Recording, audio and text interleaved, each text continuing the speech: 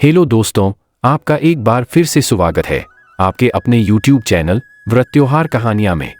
लेकिन दोस्तों, आगे बढ़ने से पहले एक बार हमारे कमेंट में जय श्री हरि विष्णु जरूर लिखे। मासिक धर्म के दौरान कौन से कार्य नहीं करने चाहिए? दोस्तों, एक बार माता लक्ष्मी और भगवान विष्णु क्षीर सागर में शेषनाग की शैया पर विश्राम कर रहे होते हैं। तभी देवी लक्ष्मी भगवान विष्णु से पूछती हैं, हे प्रभु, आज मेरे मन में एक शंका उत्पन्न हो रही है, केवल आप ही मेरी इस शंका का समाधान कर सकते हैं। भगवान विष्णु कहते हैं, हे प्रिय, तुम्हारे मन में जो भी शंका हो निसंकोच होकर पूछो, मैं तुम्हारी सभी शंकाओं का समाधान अवश्य करूंगा। देवी लक्ष्मी कहती है, हे प्रभु, किस श्राप के कारण स्त्रियों को मासिक धर्म की पीड़ा सहन करनी पड़ती है? मेरा दूसरा प्रश्न यह है, प्रभु, एक रजस्वला स्त्री को कौन से कार्य नहीं करने चाहिए जिससे उन्हें पाप लगता है? भगवान विष्णु कहते हैं, हे देवी, आज तुमने मानव जाति के कल्याण के लिए बहुत ही उत्तम प्रश्न किया है। तुम्हारे इन सभी प्रश्नों का उत्तर देव शर्मा की इस प्राचीन कथा से प्राप्त हो जाएगा। इस महान कथा का श्रवण करने मात्र से ही समस्त पापों का नाश होता है। जो भी पति पत्नी इस कथा को ध्यानपूर्वक सुनते हैं, उन्हें सौभाग्य की प्राप्ति होती है। इसीलिए हे देवी, आप भी इस कथा को ध्यानपूर्वक सुनिए। देवी लक्ष्मी कहती हैं, हे प्रभु, यह देव शर्मा कौन थे? उनका आचार विचार कैसा था? मैं इस कथा को अवश्य सुनना चाहती हूँ। कृपया आप इस कथा को मुझसे कहिए, मैं इसे ध्यानपूर्वक पूरा अवश्य सुनूंगी। भगवान विष्णु कहते हैं, हे देवी, पूर्व काल की बात है। मध्य देश में एक अत्यंत शोभायमान नगरी थी। उस नगरी में देव शर्मा नाम के ब्राह्मण रहा करते थे। देव शर्मा को समस्त शास्त्रों और वेदों का ज्ञान था। वह परम बुद्धिमान, गुणवान तथा धर्म कार्य में तत्पर रहता था। सभी वर्णों के लोग उन्हें बड़ा सम्मान देते थे। वे प्रतिदिन यज्ञ, दान, धर्म तथा संध्या उपासना किया करते थे। वे पशु, पुत्र, बंधु बांधव तथा धन संपत्ति से संपन्न थे। देव शर्मा की पत्नी का नाम भगना था। वह भी अत्यंत चरित्रवान, गुणवान तथा पतिव्रता, धर्म का पालन करने वाली स्त्री थी। फिर एक दिन देव शर्मा ने अपने घर पर सत्यनारायण की पूजा रखी और सभी ब्राह्मणों को स्वयं जाकर निमंत्रण दिया। नगर में निवास करने वाले समस्त मनुष्यों को उसने पूजा के लिए तथा भोजन के लिए बुलाया। फिर पूजा के दिन समस्त ब्राह्मण उसके घर पर पधारे। देव शर्मा ने सभी ब्राह्मणों का विधिपूर्वक पूजन किया और उनका आदर सत्कार किया। फिर उसने सभी ब्राह्मणों को घर के अंदर बुलाया और सुंदर आसन देकर उन्हें बिठाकर मिठा भोजन कराया। ब्राह्मणों को भोजन कराने के बाद उसने भगवान का स्मरण करते हुए सभी को वस्त्र आदि का दान करके विदा किया। वे सभी ब्राह्मण देव शर्मा को आशीर्वाद देकर वहां से चले गए। उसके बाद उसने अपने परिवार, बंधु बांधव तथा अनेक दीन और भूखे लोगों को भोजन कराया। इस प्रकार से सभी को भोजन कराकर और पूजा संपन्न करके जब वह ब्राह्मण अपने घर के द्वार के सामने खड़ा रहा, तब उसने देखा कि उसके घर के सामने एक कुतिया और बैल बात कर रहे थे। उस ब्राह्मण ने उस कुतिया और बैल की पूरी बात सुनी तो उसे बड़ा आश्चर्य हुआ। वह कुतिया और बैल उसके माता पिता ही थे, जो पिछले जन्म के पाप के कारण इस जन्म में कुतिया और बैल बन गए थे। तब वह ब्राह्मण मन ही मन सोचने लगा, यह दोनों तो साक्षात मेरे माता पिता ही हैं, जो मेरे घर पर पशु बनकर आए हैं। किस कारण से इन दोनों को प्राणियों का शरीर प्राप्त हुआ? अब इनके उद्धार के लिए मैं क्या करूं? इस प्रकार विचार करते हुए उस ब्राह्मण को रात भर नींद नहीं आई और वह रात भर भगवान का स्मरण करते हुए सोच विचार करने लगा। उसने सोचा, मेरे माता पिता की मुक्ति का उपाय केवल मुनि वशिष्ठ जी ही बता सकते हैं। इसीलिए सुबह होते ही देव शर्मा स्नान आदि कार्य संपन्न करके मुनि वशिष्ठ जी के आश्रम पर पहुंच गया। आश्रम पर आते ही मुनि वशिष्ठ जी ने देव शर्मा का स्वागत किया। वशिष्ठ जी कहने लगे, हे ब्राह्मण श्रेष्ठ, आज किस कारण से आपका हमारे आश्रम में आगमन हुआ है? आप दुखी दिखाई पड़ते हो। आपके दुख का क्या कारण है? बताओ। देव शर्मा कहता है, हे मुनिवर, आपको प्रणाम है। आपके दर्शन से आज मेरा जन्म सफल हुआ है। हे मुनीश्वर, आज मैं आपके पास एक शंका लेकर आया हूँ। कृपया आप ही मुझे इस दुख से बाहर निकाल सकते हैं। मैं अत्यंत दुखी और दुर्बल हो गया हूँ। वशिष्ठ जी कहते हैं, हे ब्राह्मण, दुख ना करो। तुम्हारी जो भी शंका हो निसंकोच होकर पूछो, मैं अवश्य तुम्हारी शंका का समाधान करूंगा। फिर देव शर्मा कहता है, हे मुनिवर, कल मैंने अपने घर पर भगवान विष्णु का पूजन किया तथा अनेक ब्राह्मणों को और भूखे लोगों को भोजन कराया। विधिपूर्वक भगवान का पूजन किया। फिर मेरे द्वार पर एक कुतिया और एक बैल आ गया। दोनों मेरे घर के सामने खड़े होकर बात कर रहे थे। सबसे पहले कुतिया उस बैल से इस प्रकार से कहने लगी, हे स्वामी, आज जो घटना घटी उसे सुनिए। हमारे पुत्र के घर में ब्राह्मणों के भोजन के लिए जो दूध रखा था, एक सांप ने उस दूध के बर्तन में अपना विष उगल दिया था, जिसे देखकर मुझे बड़ी चिंता होने लगी। उसी दूध से भोजन बनने वाला था। अगर सभी लोग उस दूध को खा लेते तो उनकी मृत्यु हो जाती, इसीलिए मैंने उस बर्तन में से सारा दूध पी लिया। जब बहू की दृष्टि मुझ पर पड़ी तो उसने मुझे खूब पीटा, जिससे मेरा अंग भंग हो गया। मुझे बहुत पीड़ा हो रही है, इसी कारण से मैं लड़खड़ाते हुए चल रही हूँ। मुझे यह पीड़ा सहन नहीं हो रही है। कुतिया की बात सुनकर वह बैल बहुत दुखी हुआ और वह खुद का वृतांत सुनाने लगा। हे प्रिय, अब मैं तुम्हें मेरे दुख का कारण सुनाता हूँ। मैं पूर्व जन्म में इस ब्राह्मण का पिता था।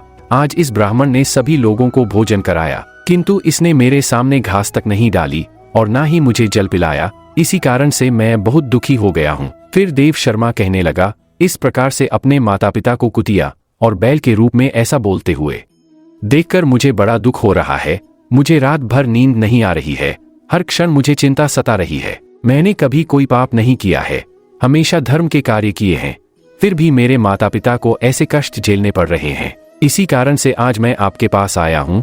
कृपया आप अपनी योग शक्ति से पता करके मुझे बताइए, किस कारण से मेरे माता पिता की ऐसी दुर्दशा हुई है और उनकी मुक्ति के लिए मुझे कौन सा कर्म करना चाहिए। फिर गुरु वशिष्ठ ध्यान लगाते हैं और उस ब्राह्मण के माता पिता के पूर्व जन्म के कर्मों को देखते हैं और देव शर्मा से कहने लगते हैं, हे ब्राह्मण, तुम्हारे माता पिता ने पिछले जन्म में घोर पाप किया है, उसी पाप के कारण आज उनकी ऐसी दुर्दशा हुई है। देव शर्मा कहता है, हे गुरुदेव, किस पाप के कारण मेरे माता पिता की दुर्दशा हुई है, कृपया विस्तार से बताइए, मैं जानना चाहता हूँ। फिर ऋषि वशिष्ठ कहते हैं, हे ब्राह्मण देवता, तुम ध्यान से सुनो। यह बैल जो तुम्हारे पिता हैं, यह पिछले जन्म में कुंडी नगर के श्रेष्ठ ब्राह्मण रहे हैं।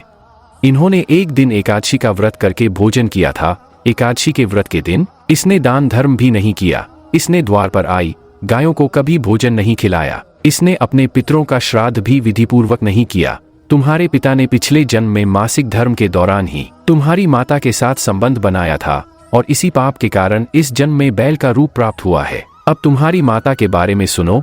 तुम्हारी माता ने रजस्वला होते हुए भी भोजन बनाया। मासिक धर्म के दौरान ही इसने भगवान की पूजा की, तुलसी को जल चढ़ाया। रजस्वला होते हुए भी इसने भगवान को भोग लगाया, इसी कारण से इसे महापाप लगा है। मासिक धर्म के दौरान स्त्री 3 दिनों के लिए अपवित्र हो जाती है। मासिक धर्म के दौरान स्त्री को पूजा पाठ नहीं करना चाहिए। स्त्री को इन 3 दिनों में अपने बाल भी नहीं धोने चाहिए, इससे पति की आयु कम होती है। मासिक धर्म के दौरान पेड़ पौधों को स्पर्श ना करें। रजस्वला स्त्री के साथ संबंध भी नहीं बनाना चाहिए। जो पुरुष रजस्वला के साथ संबंध बनाता है उसे ब्रह्मा हत्या का पाप लगता है। जो रजस्वला के वस्त्रों को स्पर्श करता है उसे भी पाप लगता है। रजस्वला स्त्री के शरीर में 3 दिनों तक ब्रह्मा हत्या का पाप निवास करता है और चौथे दिन ही वह स्नान करके पवित्र हो जाती है। चौथे दिन स्नान करने के पश्चात रजस्वला स्त्री को अपने पति का मुख देखना चाहिए, अन्य किसी पुरुष का मुख नहीं देखना चाहिए। यदि पति समीप ना हो तो सूर्यदेव के दर्शन करने चाहिए। गुरु वशिष्ठ कहते हैं, हे ब्राह्मण, इसी पाप के कारण तुम्हारे पिता को बैल और तुम्हारी माता को कुतिया का जन्म प्राप्त हुआ है। देव शर्मा कहता है, हे मुनीश्वर, अब आप मुझे मेरे माता पिता की मुक्ति के लिए उपाय बताइए। वशिष्ठ जी कहते हैं, हे ब्राह्मण, तुम किसी भी अमावस्या के दिन अपने माता पिता की मुक्ति के लिए श्राद्ध तथा तर्पण करो और दान धर्म करो, गाय की सेवा करो और गौ माता को मिष्ठान खिलाओ और अपने माता पिता की मुक्ति के लिए भगवान से प्रार्थना करो। फिर ब्राह्मण वही करता है और फिर उसके माता पिता को समस्त पापों से मुक्ति मिलती है। भगवान विष्णु माता लक्ष्मी से कहते हैं, हे देवी, मैंने तुम्हें रजस्वला स्त्री को कौन से कार्य नहीं करने चाहिए इस विषय में बता दिया है। अब मैं तुम्हें बताता हूँ किस कारण से स्त्री को मासिक धर्म से गुजरना पड़ता है। सत्य युग में कालकेय नाम से प्रसिद्ध दानव हुआ करते। दानव होने के कारण उनका स्वभाव उग्र था और वे हमेशा ही युद्ध करने के लिए तत्पर रहते थे। फिर एक दिन सभी दानव वृत्रासुर के साथ मिलकर स्वर्ग लोक पर चढ़ाई करने लगे। उन असुरों के पास भयंकर शक्तिशाली अस्त्र थे जिसका देवता सामना ना कर सके और भागकर ब्रह्मदेव के पास चले गए। फिर ब्रह्मदेव ने उन्हें असुरों को परास्त करने का उपाय बताते हुए कहा, हे इंद्र, तुम इसी क्षण महदधीच के पास जाओ। वे उनके शरीर की हड्डियों से तुम्हें अस्त्र शस्त्र प्रदान करेंगे। उन्हीं अस्त्रों का प्रयोग करके तुम वृत्रासुर का वध कर सकोगे। फिर सभी देवता महर्षि दधीच के आश्रम पर जाते हैं, उन्हें प्रार्थना करके अस्त्र प्रदान करने की विनती करते हैं। फिर संसार के कल्याण के लिए महर्षि दधीच अपने शरीर की हड्डियों से अस्त्र शस्त्र निर्माण करते हैं। उन्हीं अस्त्रों में से एक वज्र नाम का अस्त्र होता है जिसे देवराज इंद्र धारण कर लेते हैं। फिर देवतागण वृत्रासुर के साथ युद्ध करने के लिए निकल जाते हैं। देवताओं और दानवों के बीच भीषण युद्ध होता है। सभी देवता आकाश में दानवों से युद्ध के लिए एकत्रित हो जाते हैं और प्रहार करने लगते हैं। अग्निदेव अग्नि के प्रहार से दैत्यों को दग्ध करने लगते हैं। अग्नि के प्रभाव से दैत्यों का अंग अंग जलने लगता है। फिर वरुण देव जल की वर्षा से दैत्यों को डुबो देते हैं, जिससे दैत्य त्राही त्राही करने लगते हैं। अनेक दिनों तक इस प्रकार से दैत्यों और देवताओं के बीच में भीषण युद्ध चलने लगता है। फिर देवराज इंद्र और वृत्रासुर आमने सामने आ जाते हैं। दोनों के बीच भीषण युद्ध होता है और फिर देवराज इंद्र अपने वज्र का प्रहार करके वृत्रासुर को मार डालते हैं। उस दानव वृत्रासुर की मृत्यु होते ही उसके शरीर से ब्रह्मा हत्या बाहर निकलती है और इंद्र का पीछा करने लगती है। फिर वह ब्रह्मा हत्या इंद्र के शरीर में प्रवेश कर लेती है, जिससे इंद्र को ब्रह्मा हत्या का पाप लगता है। देवराज इंद्र ब्रह्मदेव के पास जाते हैं और उनसे ब्रह्मा हत्या से छुटकारा दिलाने के लिए कहते हैं।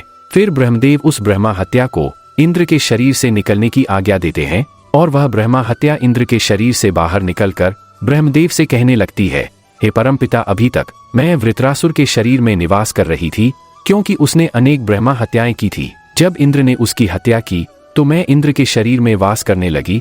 अब आप ही मुझे कोई उचित स्थान दीजिए जहां पर मैं रह सकूं। फिर ब्रह्मदेव कहते हैं, हे ब्रह्मा हत्या, मैं तुम्हें उचित स्थान देता हूं। फिर ब्रह्मदेव ने ब्रह्मा हत्या के 4 भाग किए और कहा, हे ब्रह्मा हत्या, तुम्हारा 1/4 भाग अग्नि के भीतर रहेगा। जो भी मनुष्य अग्नि को आहुति नहीं देगा तुम उसके शरीर में प्रवेश कर लेना। तुम्हारा दूसरा 1/4 भाग जल के भीतर रहेगा।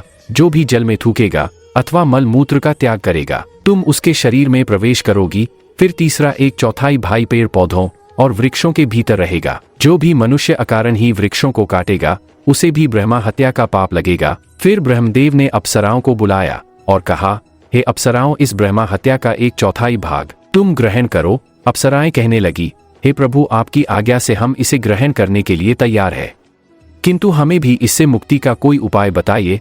फिर ब्रह्मदेव कहने लगे, हे अप्सरा, जो भी पुरुष रजस्वला स्त्री के साथ संबंध करेगा उसके अंदर यह ब्रह्मा हत्या प्रवेश कर जाएगी। इस प्रकार से ब्रह्मा हत्या के 4 भाग हुए, एक अग्नि में, दूसरा जल में, तीसरा वृक्षों में और चौथा स्त्रियों के अंदर प्रवेश कर गया। उसी ब्रह्मा हत्या के भाग के कारण स्त्रियों को मासिक धर्म आता है। जो भी पुरुष मासिक धर्म के दौरान स्त्रियों को स्पर्श करता है अथवा उनके साथ संबंध बनाता है उसे ब्रह्मा हत्या का पाप लगता है।